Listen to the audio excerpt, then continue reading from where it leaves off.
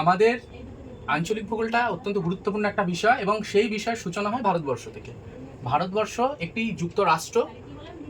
1947 সালে ভারতবর্ষ স্বাধীন হয় এবং পরবর্তীতে ভারতীয় সংবিধান গঠন হয় এবং পরবর্তীতে ভাষার পরিষদ গঠন হয় এবং ভাষা পরিষদের যে প্রস্তাব সেই প্রস্তাব অনুযায়ী ভাষার ভিত্তিতে ভারতের রাজ্যের পুনর্বিন্যাস ঘটে এবং ভাষার ভিত্তিতে গঠা ভারতের প্রথম রাজ্য হচ্ছে অন্ধ্রপ্রদেশ এবং পরবর্তীতে ভাষা কমিশনের সুপারিশে গড়া প্রথম রাজ্য হচ্ছে আমাদের কেরল।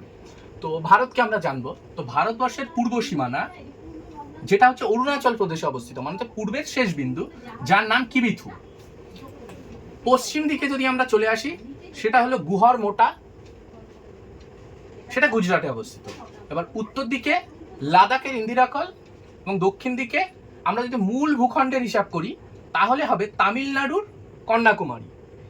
আর যদি একদম শেষ দেখি, মানে আন্দামান নিকোবর দ্বীপপুঞ্জ দক্ষিণ দিকের হিসাবে ভারতের শেষ বিন্দু আন্দামান নিকোবর দ্বীপপুঞ্জের হলে সেটা হচ্ছে ইন্দিরা পয়েন্ট হয়ে যায়। এবার ভারতবর্ষের পূর্ব থেকে পশ্চিমে বিস্তার কতটা, উত্তর থেকে দক্ষিণে বিস্তার কতটা? ভারতবর্ষের পূর্ব থেকে পশ্চিমে বিস্তার হচ্ছে 2933 কিলোমিটার এবং উত্তর দক্ষিণে বিস্তার হচ্ছে 3214 কিলোমিটার।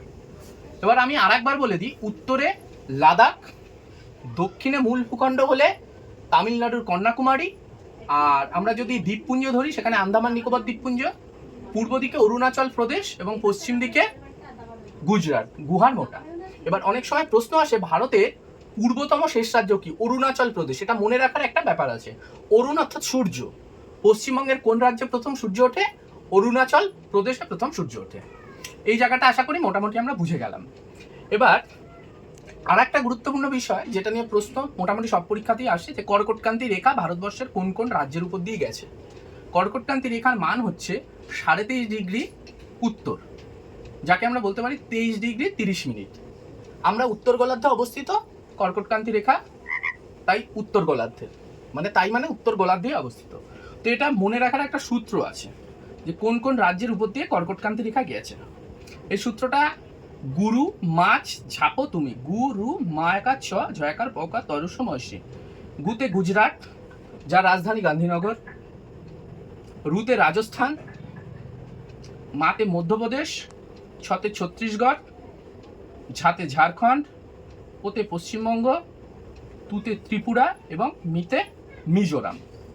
এই কয়টা ভারতীয় রাজ্যের উপর দিয়ে কর্কটক্রান্তি রেখা বিস্তৃত। এবার আর একটা প্রশ্ন আসছে যে পশ্চিমবঙ্গের কোন কোন রাজ্যের উপর দিয়ে কর্কটক্রান্তি রেখা গেছে। সেখানে একটা সূত্র হচ্ছে নববাপু। নতে নদিয়া, বতে বর্ধমান, বাতে বাঁকুড়া, পুতে পুরুলিয়া। মোটামুটি এই অবধি আশা করি বোঝা গেছে। এবার আর একটা গুরুত্বপূর্ণ প্রশ্ন আসে যে ভারতের উপকূলবর্তী রাজ্য। উপকূল মানে কি? সমুদ্র। কোন কোন জায়গায় সমুদ্র আছে, জলভূমি বেষ্টিত। তো সেখানে ভারতে মোট 9টা রাজ্য আছে, যেই রাজ্যগুলো উপকূলবর্তী, মাজার উপকূল রেখা রয়েছে। গুজরাট, এই যে গুজরাট, মহারাষ্ট্র, এই এলাকায় মহারাষ্ট্র অবস্থিত, গোয়া এদিকে অবস্থিত, তারপরে চলে আসে অন্ধ্রপ্রদেশ, ওডিশা আছে, কেরল আছে, তামিলনাড়ু আছে এবং পশ্চিমবঙ্গ আছে। আমরা যদি মোট এই দৈর্ঘ্য হিসাব করি সেই দৈর্ঘ্য দাঁড়ায় 5422.6 কিলোমিটার।